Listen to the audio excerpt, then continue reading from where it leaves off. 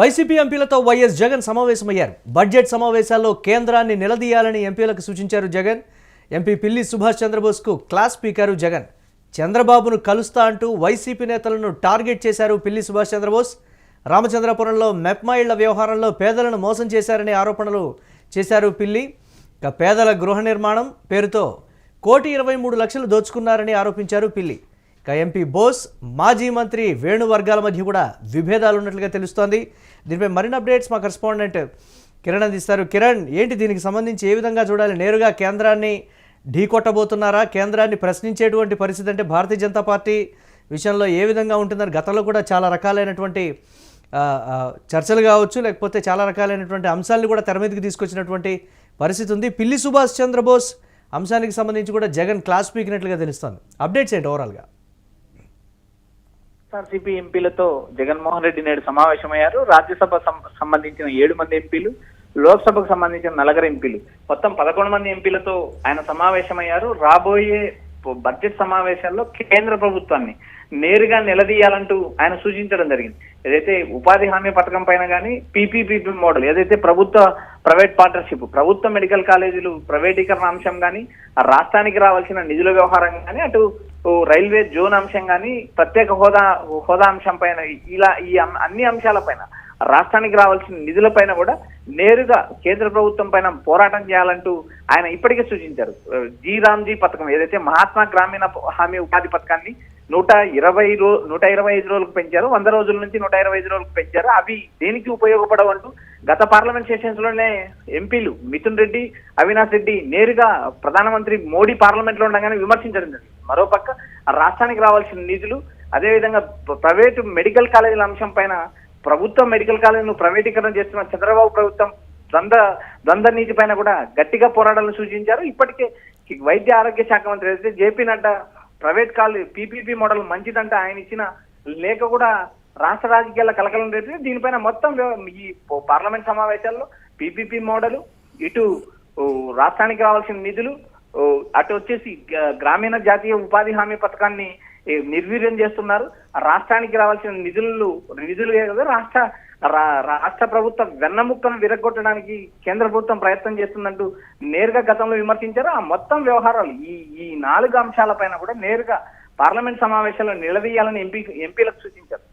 మరోపక్క ఏదైతే వైఎస్ఆర్సీపీ ఎంపీ పిల్లి సుభాష్ చంద్రబోస్ కూడా క్లాస్ వీకినట్టు మనకు తాడేపల్లి నుంచి సమాచారం వినిపిస్తుంది. ఎందుకంటే ఆయన నిన్న చేసిన కొన్ని వ్యాఖ్యలు అటు వైఎస్ఆర్సీపీలో కలకలం రేపగా గోదావరి జిల్లా రాజకీయాల్లో ఒక చర్చ అయితే నడుస్తుంది. ఎందుకంటే పిల్లి సుభాష్ చంద్రబోస్ రామచంద్రాపురం నియోజకవర్గం, ఆయనకు ఏదైతే 2019 ఎన్నికల్లో గెలిచిన చెల్లుబోయిన వేణుగోపాలకృష్ణకు మధ్య విభేదాలనే. ఈ విభేదాల నేపథ్యంలో జగన్ కేబినెట్ లో మంత్రిగా పనిచేసిన వేణుగోపాలకృష్ణ అనుచరుల పైన పిల్లి సుభాష్ చంద్రబోస్ ఆరోపణలు చేశారు. ఈ ఆరోపణల పైన కూడా వైసీపీలో కలకలం రేపింది. వాటిపైన కూడా జగన్ నేరుగా పిల్లి సుభాష్ చంద్రబోస్ తో మాట్లాడినట్టు సమాచారం వినిపిస్తుంది. ఎందుకంటే ఏదైనా సమస్యలు ఉంటే పార్టీలో ఇంటర్నల్ గా చర్చించాలి, కానీ బహిరంగంగా ప్రెస్ మీట్ పెట్టడానికి గల కారణాలు ఏంటి, అసలు ప్రెస్ మీట్ పెట్టాల్సిన అంశం ఎందుకు వచ్చింది అంటూ ఆయన నేరుగా ప్రశ్నించినట్టు మనకు సమాచారం వినిపిస్తుంది. ఎందుకంటే పిల్లి సుభాష్ చంద్రబోస్ విషయంలో అసహనంలో ఉన్నారా, అసంతృప్తితో ఉన్నారా, లేకపోతే టీడీపీకి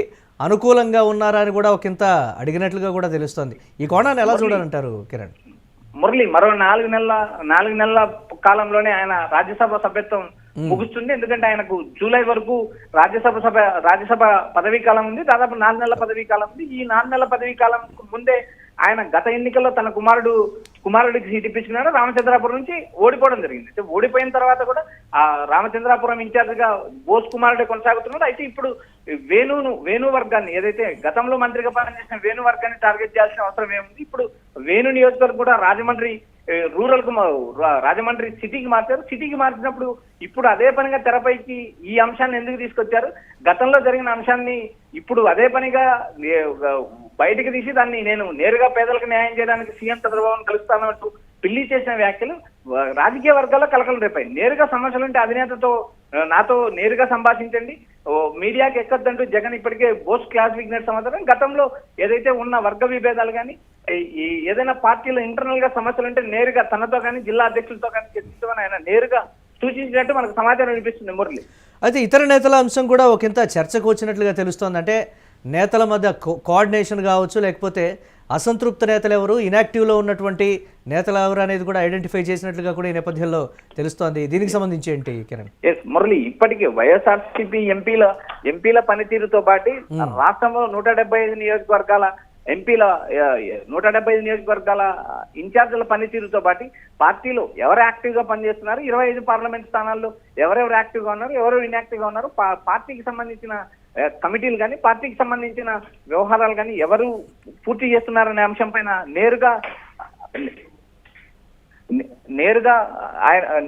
పార్టీ నేతలతో ఆయన చర్చించినట్టు మనకు సమాచారం వినిపిస్తుంది. ఇక్కడ ప్రధానంగా క్షేత్రస్థాయి నుంచి పార్టీ బలోపేతము, పార్టీ కమిటీలు ఏదైతే రాబోయే రోజుల్లో తాను చేయబోయే పార్టీ కార్యక్రమాలు కూడా నేరుగా ఎంపీలకు దిశానిర్దేశం చేసినట్టు మనకు సమాచారం వినిపిస్తుంది. Murali, right, thanks for updates Kiran. ఇక ఎంపీలకు సంబంధించి వైసీపీ అధినేత జగన్మోహన్ రెడ్డి వైసీపీ ఎంపీలతో సమావేశమైనట్లుగా కూడా ఈ నేపథ్యంలో తెలుస్తోంది. దీనికి సంబంధించి బడ్జెట్ సమావేశాల్లో కేంద్రాన్ని నిలదీయాలని ఎంపీలకు జగన్ కీలకంగా సూచించారు. ఎంపీ పిల్లి సుభాష్ చంద్రబోస్కు కూడా జగన్ క్లాస్ పీకినట్లుగా తెలుస్తోంది. చంద్రబాబును కలుస్తా అంటూ కూడా వైసీపీ నేతలను టార్గెట్ చేశారు పిల్లి సుభాష్ చంద్రబోస్. ఈ నేపథ్యంలో రామచంద్రాపురంలో మెప్మా ఇళ్ల వ్యవహారంలో పేదలను మోసం చేశారని కూడా నేరుగా ఆరోపణలు చేయడం వైసీపీలో ఒకంత కలకలం అయితే రేపింది. పేదల గృహ నిర్మాణం పేరుతో 1,23,00,000 దోచుకున్నారని కూడా పిల్లి సుభాష్ చంద్రబోస్ ఆరోపించినటువంటి పరిస్థితి ఉంది. ఎంపీ బోస్, మాజీ మంత్రి చెల్లుబోయిన వేణు వర్గాల మధ్య విభేదాలు తారాస్థాయిలో ఉన్నందువల్లే ఈ రకమైనటువంటి కామెంట్స్ ఆయన బాహాటంగా చేసినట్లుగా తెలుస్తోంది. దీనికి సంబంధించి కూడా జగన్ క్లాస్ పీకినట్లుగా సమాచారం. ఏదన్నా పార్టీలో అంతర్గతంగా చర్చించుకోవాలి, లేదా నేరుగా వచ్చి నన్ను కలిసి మాట్లాడేటువంటి ప్రయత్నం చేయాలి తప్ప మీడియాకెక్కి బాహాటంగా ఇటువంటి వ్యాఖ్యలు చేయడం అనేది పార్టీకి ఒకంత డ్యామేజ్ చేకూరుస్తాయని క్లాస్ పీకినట్లుగా కూడా తెలుస్తోంది.